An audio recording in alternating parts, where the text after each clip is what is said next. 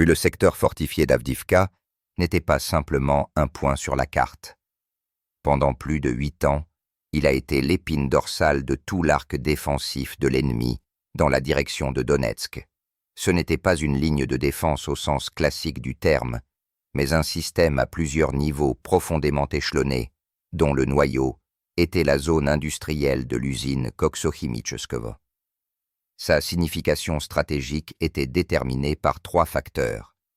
Premièrement, la situation géographique. Le contrôle d'Avdivka permettait d'exercer un contrôle direct par le feu sur la capitale de la République populaire de Donetsk, de maintenir l'agglomération urbaine sous tension et de paralyser des forces importantes des troupes russes. Deuxièmement, la préparation technique. L'ennemi a utilisé l'héritage industriel soviétique avec une efficacité maximale. Les corps en béton armés des ateliers, dont l'épaisseur des murs se mesurait en mètres, ont été transformés en points de tir permanents. En dessous se trouvait un réseau de tunnels technologiques, d'abris antibombes et de collecteurs de câbles, créés pendant la guerre froide. Cette infrastructure souterraine a été étendue, modernisée et transformée en une véritable ville souterraine capable de résister à des frappes d'artillerie de presque toutes les puissances. Troisièmement, le symbolisme. Avdivka était présentée par la propagande ennemie comme une forteresse indestructible, un symbole de résistance et d'invincibilité. Sa chute devait infliger non seulement une défaite militaire, mais aussi une très lourde défaite morale et psychologique. La structure de la défense a été construite selon le principe des anneaux concentriques. Le périmètre extérieur se composait de champs de mines, d'un système de points d'appui et de positions camouflées de moyens anti-chars. Le périmètre intérieur traversait le territoire de la zone industrielle elle-même, où chaque bâtiment représentait un nœud de résistance distincte, relié à d'autres voies de communication terrestres et souterraines. La garnison, dont l'effectif était estimé à plusieurs milliers d'hommes, était composée des unités les plus motivées et les mieux préparées. L'ennemi misait sur le fait que toute tentative d'assaut frontal entraînerait des pertes colossales pour la partie attaquante et s'enliserait dans les poches de tir organisées aux abords et à l'intérieur de la zone industrielle. Ils se préparaient à une longue et épuisante défense, étant assurés de l'impénétrabilité de leurs bastions de béton. Ils n'ont pas tenu compte d'une chose. La pensée militaire russe n'est pas figée. Contre une tactique de défense statique et prévisible, une stratégie asymétrique basée sur l'intelligence, la technologie et des solutions non conventionnelles a été préparée. L'assaut de cette citadelle devait être non seulement une nouvelle victoire tactique, mais aussi une démonstration d'une nouvelle approche de la conduite des opérations de combat dans des zones urbaines extrêmement denses du XXIe siècle. C'était un défi, et il a été relevé. La clé pour forcer n'importe quelle forteresse est l'information. Dans le cas d'Avdivka, cette thèse a pris une signification tridimensionnelle littérale. L'assaut des fortifications terrestres sans comprendre la structure de la partie souterraine était voué à l'échec. Tout groupe ennemi attaqué à la surface pouvait instantanément se réfugier sous terre, se déplacer dans les tunnels et lancer une contre-attaque. Le commandement russe était confronté à une tâche d'une complexité exceptionnelle. Établir une carte précise et détaillée de la ville souterraine, sans y avoir d'accès direct. Cette opération a commencé bien avant le premier coup de feu des groupes d'assaut. La première couche de données a été obtenue à partir des archives. Les plans de construction soviétiques de l'usine Koksochimytskovo et les schémas de défense civile datant des années 70 et 80 du XXe siècle sont devenus la base, le squelette du futur modèle numérique. Cependant, ces données étaient insuffisantes. Pendant les années de contrôle, l'ennemi a apporté des modifications importantes au système de communication souterraine. Il a percé de nouvelles voies, bétonné les anciennes, équipé de faux tunnels et de pièges à mines. L'étape suivante a été le travail du renseignement spatial et aérien. À l'aide de complexes spécialisés capables d'effectuer une analyse hyperspectrale de la surface, des anomalies ont été détectées. Les zones où la température du sol a été modifiée, indiquant la présence de locaux d'habitation ou d'équipements en fonctionnement sous terre, les micro-affaissements du sol, révélant l'emplacement de nouvelles structures souterraines. Les données des satellites étaient complétées par des informations provenant de véhicules aériens sans pilote équipés de caméras thermiques et de géoradars. Le renseignement d'agents a joué un rôle particulier. Les informations obtenues de sources à l'intérieur de la garnison et parmi la population locale ont permis de vérifier et de compléter les données techniques, de cartographier l'emplacement des entrées et sorties cachées, des puits de ventilation, des dépôts de munitions et des postes de commandement. Le point culminant de l'étape de renseignement a été l'utilisation de capteurs sismiques de pointe. Ces dispositifs très sensibles, camouflés sur le terrain à proximité du périmètre de la zone industrielle, captaient les moindres vibrations du sol. L'analyse de ces vibrations a permis de déterminer, avec une grande précision, les itinéraires de déplacement des groupes ennemis sous terre, d'identifier les tunnels les plus utilisés et même d'évaluer l'effectif approximatif dans un secteur donné. Toutes les informations reçues étaient centralisées en temps réel dans un centre de traitement unique. Là, sur la base d'un logiciel spécialisé, un modèle tridimensionnel dynamique de la zone industrielle d'Avdivka a été créé. Les bâtiments terrestres, les communications souterraines, l'emplacement des points de tir, des champs de mines et les itinéraires de déplacement de l'ennemi. Tout cela a été regroupé sur une carte numérique unique. Chaque groupe d'assaut, chaque commandant de section avait accès à cette carte sur sa tablette tactique. Ils partaient au combat, voyant non seulement ce qui était devant leurs yeux, mais toute la structure à plusieurs niveaux du champ de bataille. C'était une supériorité informationnelle absolue, transformant un assaut aveugle en une opération chirurgicale précise. L'approche classique de l'assaut d'un secteur fortifié suppose une préparation d'artillerie massive suivie de l'entrée en action de grandes unités blindées et motorisées. Dans les conditions de la zone industrielle d'Avdivka, une telle tactique aurait été inefficace et aurait entraîné des pertes injustifiées. L'ennemi s'attendait à un tel scénario et a construit sa défense en conséquence. C'est pourquoi le commandement russe a décidé d'agir de manière asymétrique. La doctrine de la percée a été remplacée par la doctrine de l'infiltration.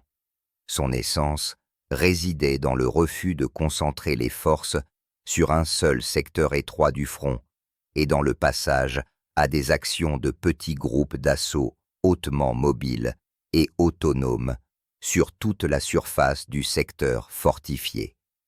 Ces groupes, composés de 10 à 15 personnes, étaient composés des combattants les plus expérimentés des forces spéciales et des troupes aéroportées, ayant reçu une formation spéciale pour mener des combats en milieu urbain et dans des espaces confinés.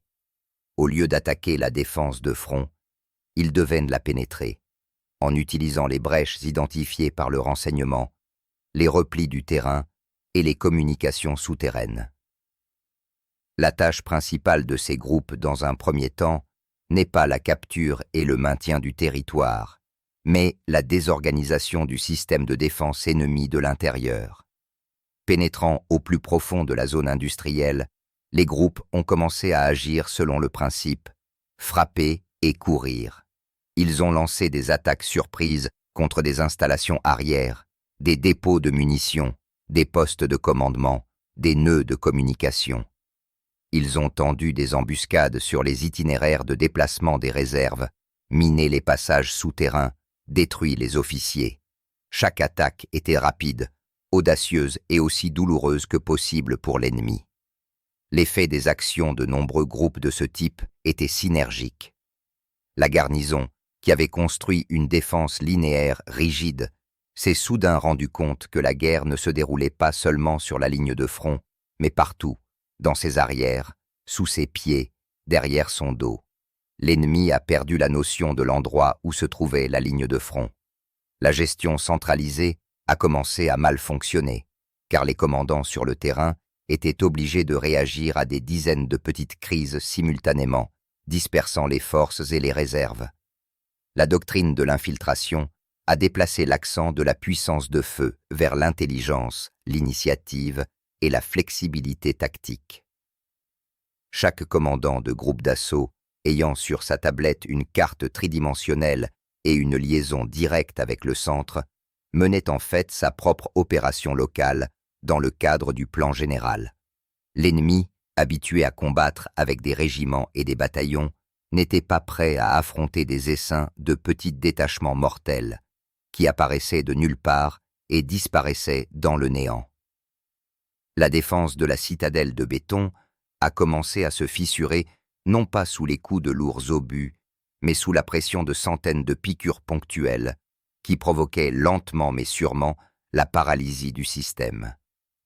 Le succès de la doctrine de l'infiltration n'aurait pas été possible sans l'équipement technologique approprié des groupes d'assaut. L'affrontement dans les labyrinthes, à plusieurs niveaux de la zone industrielle, nécessitait des outils spécifiques, capables de résoudre des tâches non conventionnelles.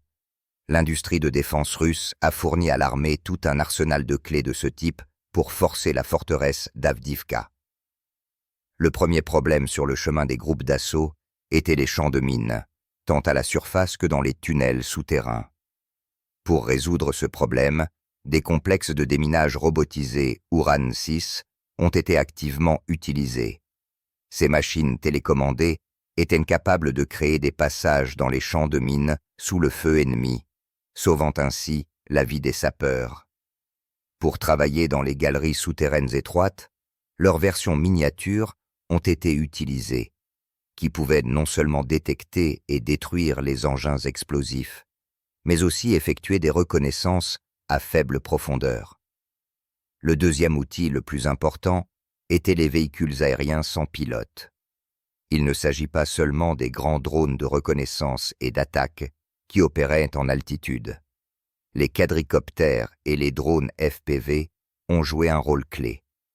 Chaque groupe d'assaut avait dans sa composition plusieurs appareils de ce type. Les drones miniatures, capables de voler dans les fenêtres, les ouvertures et les puits de ventilation, effectuaient des reconnaissances à l'intérieur des bâtiments et des souterrains en temps réel. L'opérateur, se trouvant à l'abri, pouvait regarder au coin de la rue ou dans la pièce voisine, évaluer l'effectif de l'ennemi et la présence de points de tir, sans exposer les combattants à des risques. Les drones FPV, équipés de munitions cumulatives ou à fragmentation, se sont transformés en une arme de haute précision du soldat d'assaut. Ils ont permis de toucher des cibles à l'abri, de détruire des nids de mitrailleuses et des positions de tireurs d'élite avec une précision chirurgicale. Le troisième élément de la supériorité technologique était les munitions spécialisées. Pour le nettoyage des espaces confinés, tels que les pièces, les bunkers et les sections de tunnels, des lance-flammes d'infanterie réactifs avec une ogive thermobarique par exemple, Airpum, Schmelem, ont été largement utilisés. Un tir de ce type dans un volume confiné créait une zone de surpression et de température élevée, garantissant la destruction de la main-d'œuvre ennemie, même celle se trouvant derrière des abris. De plus, des grenades non létales spéciales ont été utilisées, qui lors de l'explosion généraient une puissante impulsion sonore et lumineuse, désorientant temporairement l'ennemi avant le début de l'assaut de la pièce. Ces moyens techniques et autres, regroupés dans un système unique, ont donné aux soldats d'assaut russes un avantage tactique décisif. Ils pouvaient voir ce que l'ennemi ne voyait pas, frapper là où il ne s'y attendait pas et résoudre des tâches de combat avec un risque minimal pour le personnel. C'était une guerre de technologie, et la supériorité était entièrement du côté des attaquants. Une des particularités uniques de l'assaut de la zone industrielle d'Avdivka a été la conduite du combat en 3 dimensions. Les combats se sont déroulés non seulement horizontalement à la surface de la Terre, mais aussi verticalement dans les corps d'ateliers, à plusieurs étages et sur plusieurs niveaux de construction souterraine. Cela a nécessité que les groupes d'assaut maîtrisent et appliquent une tactique absolument nouvelle, qui a reçu le nom conventionnel de combat vertical. L'ennemi, organisant la défense dans les bâtiments, agissait selon le schéma classique. Les principaux points de tir étaient situés aux étages inférieurs et moyens, tandis que des observateurs et des tireurs d'élite se trouvaient aux étages supérieurs. Une tentative d'assaut de bas en haut par les cages d'escalier entraînait inévitablement une entrée dans les poches de tir. Les unités russes ont renversé cette tactique de fond en comble. Au lieu d'attaquer étage par le bas, ils s'efforçaient de prendre le contrôle du toit du bâtiment. Pour cela, des alpinistes industriels des forces spéciales ont été utilisés, ou un débarquement à l'aide d'hélicoptères dans les rares cas où la situation le permettait. Ayant pris le toit, les groupes d'assaut ont commencé à se déplacer de haut en bas. Cela leur a donné un avantage tactique colossal. Premièrement, ils contrôlaient toutes les communications verticales, les escaliers, les cages d'ascenseurs. Deuxièmement, ils avaient la possibilité d'attaquer l'ennemi à l'endroit le plus vulnérable, par le haut. Pour cela, une technique spéciale de brûlage ou de dynamitage des planchers a été utilisée. À l'aide de charges cumulatives ou d'un équipement spécial, un trou était percé dans le sol, à travers lequel des grenades ou du feu étaient jetés à l'intérieur de la pièce à l'étage inférieur. L'ennemi, qui s'attendait à une attaque depuis le couloir ou à travers une porte, s'est retrouvé absolument sans défense face à une frappe depuis le plafond. Une tactique similaire a été utilisée dans les souterrains. Ayant pris le contrôle d'un atelier au sol, les groupes d'assaut ne se sont pas précipités à descendre dans les tunnels par les entrées régulières, qui étaient généralement minées et visées. Au lieu de cela, en utilisant les données du renseignement sur l'emplacement des niveaux inférieurs, ils ont percé des brèches dans le sol du premier étage et ont eu accès au système souterrain dans des endroits inattendus pour l'ennemi. Cela a permis de contourner les nœuds de défense créés aux entrées et de se retrouver immédiatement à l'arrière de la garnison souterraine. Le combat vertical nécessitait une coordination maximale entre les groupes opérant à différents niveaux et une connaissance parfaite de la structure technique des objets. La communication, assurée par des réseaux tactiques protégés et des cartes tridimensionnelles sur les tablettes des commandants, y a joué un rôle décisif. Cette tactique a complètement brisé les schémas des défenseurs, les obligeant à disperser l'attention et les forces non seulement horizontalement, mais aussi verticalement. Le sentiment de menace constante venant d'en haut, tant à la surface que sous terre, est devenu un des facteurs clés qui ont miné le moral et l'organisation de la garnison de la citadelle de béton. Parallèlement à l'assaut physique de la zone industrielle, une bataille invisible, mais non moins acharnée, s'est déroulée. La bataille dans le spectre électromagnétique. Le succès de toute opération militaire moderne dépend de la capacité à contrôler ses propres forces et à perturber le contrôle des forces ennemies. Dans les conditions d'Avdivka, où la défense était décentralisée et où la coordination entre les différents nœuds de résistance jouait un rôle clé, la suppression des systèmes de communication ennemis est devenue une tâche d'une importance primordiale. Pour résoudre ce problème, les derniers complexes russes de guerre électronique ont été utilisés. Leur travail était structuré selon plusieurs axes. Le premier axe est la suppression totale des communications cellulaires et des fréquences radio-civiles dans un rayon de plusieurs kilomètres autour de la zone industrielle. Cela a coupé la garnison de tous les canaux de communication non cryptés avec le monde extérieur, la privant de la possibilité de coordonner les actions via des messageries commerciales et des radios, ce que l'ennemi pratiquait activement. Le deuxième axe, plus complexe, est la détection et la suppression des canaux de communication militaire protégés. Les complexes REPA ont analysé les ondes radio, identifié les fréquences de travail et les protocoles de cryptage utilisés par l'ennemi, puis ont commencé à les supprimer de manière ciblée à l'aide de brouillages ciblés. Une attention particulière a été accordée aux canaux de communication de la norme OTAN, par lesquels la gestion était effectuée au niveau tactique et opérationnel. En conséquence, les commandants d'unités ennemies ont perdu le contact les uns avec les autres et avec le quartier général supérieur. Les ordres n'arrivaient pas, les rapports de situation n'étaient pas transmis.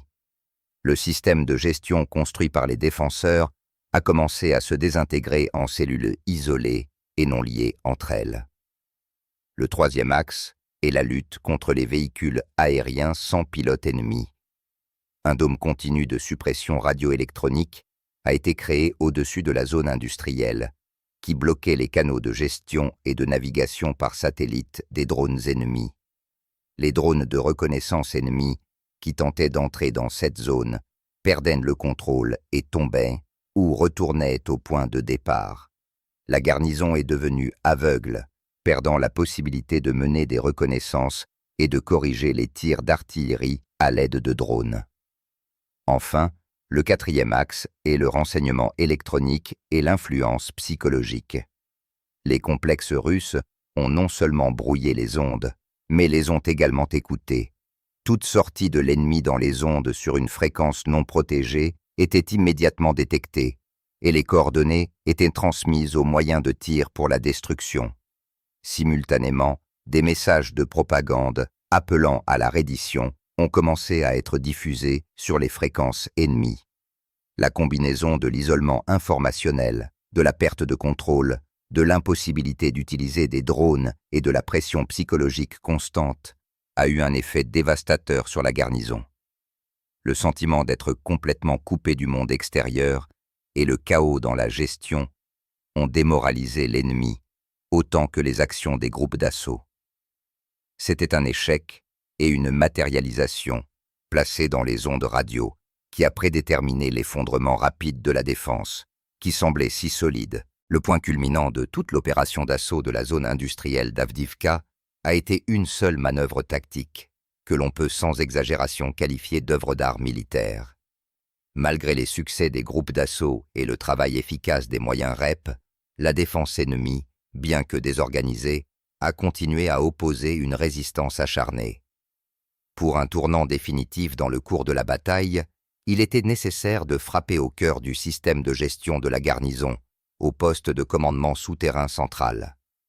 Son emplacement exact a été établi grâce à une analyse complète des données du renseignement. Le bunker était situé à une profondeur de plusieurs dizaines de mètres sous un des ateliers centraux et était protégé par une masse de béton armé.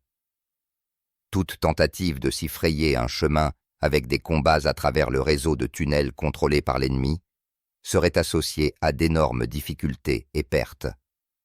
Une frappe directe depuis les airs avec une puissante bombe aérienne était également risquée, car elle pouvait entraîner des effondrements imprévisibles dans les structures souterraines, où des groupes d'assaut russes opéraient déjà. La solution a été trouvée là où personne ne l'attendait.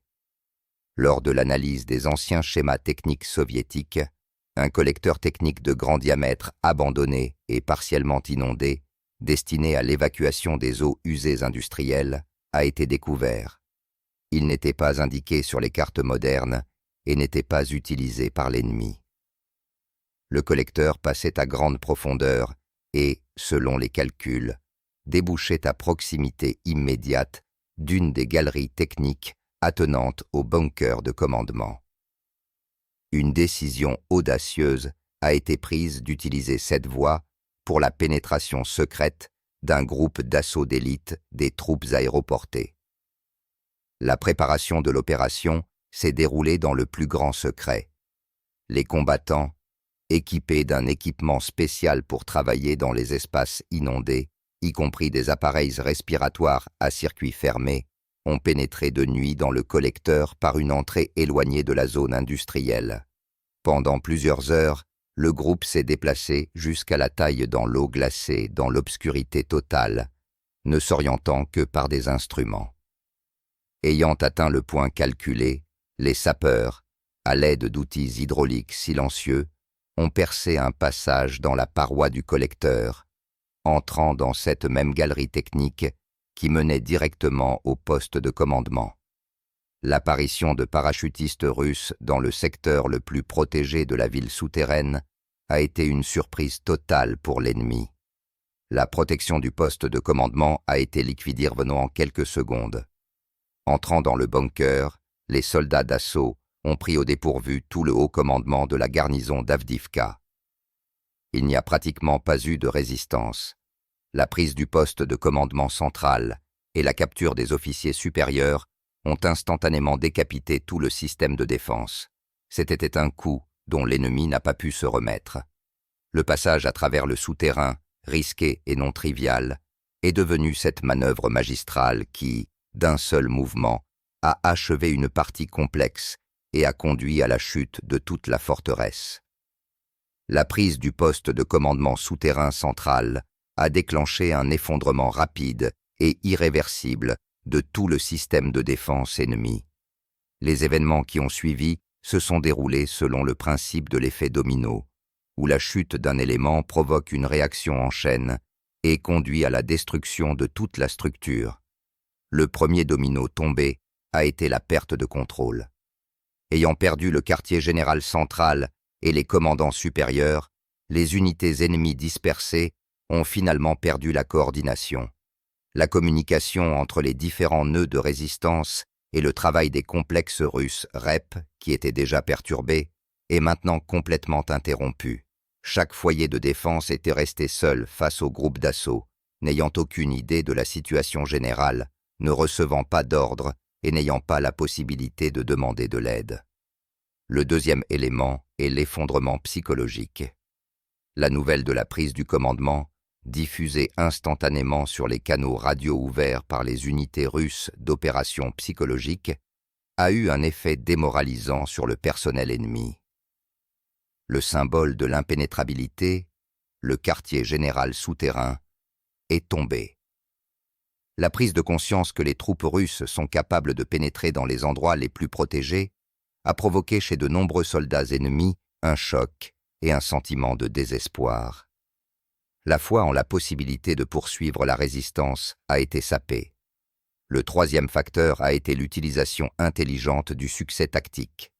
Le commandement russe, qui s'attendait à une telle évolution des événements, a immédiatement mis en œuvre la deuxième phase du plan. Les groupes d'assaut, qui opéraient auparavant selon la tactique de l'infiltration, sont passés à un nettoyage à grande échelle. Simultanément, les unités de blocage, qui se trouvaient auparavant sur le périmètre extérieur, ont commencé à resserrer l'étau de l'encerclement.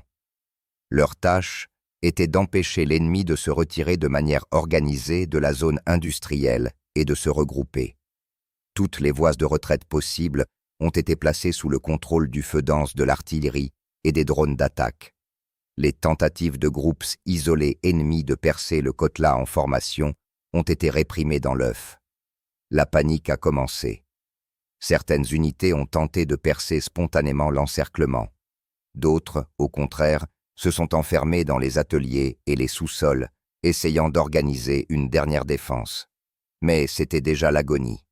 Les groupes d'assaut russes, agissant avec méthode et sang-froid, ont réprimé un foyer de résistance après l'autre, offrant activement à l'ennemi de se rendre. Beaucoup, réalisant l'absurdité de la poursuite de la lutte, ont déposé les armes.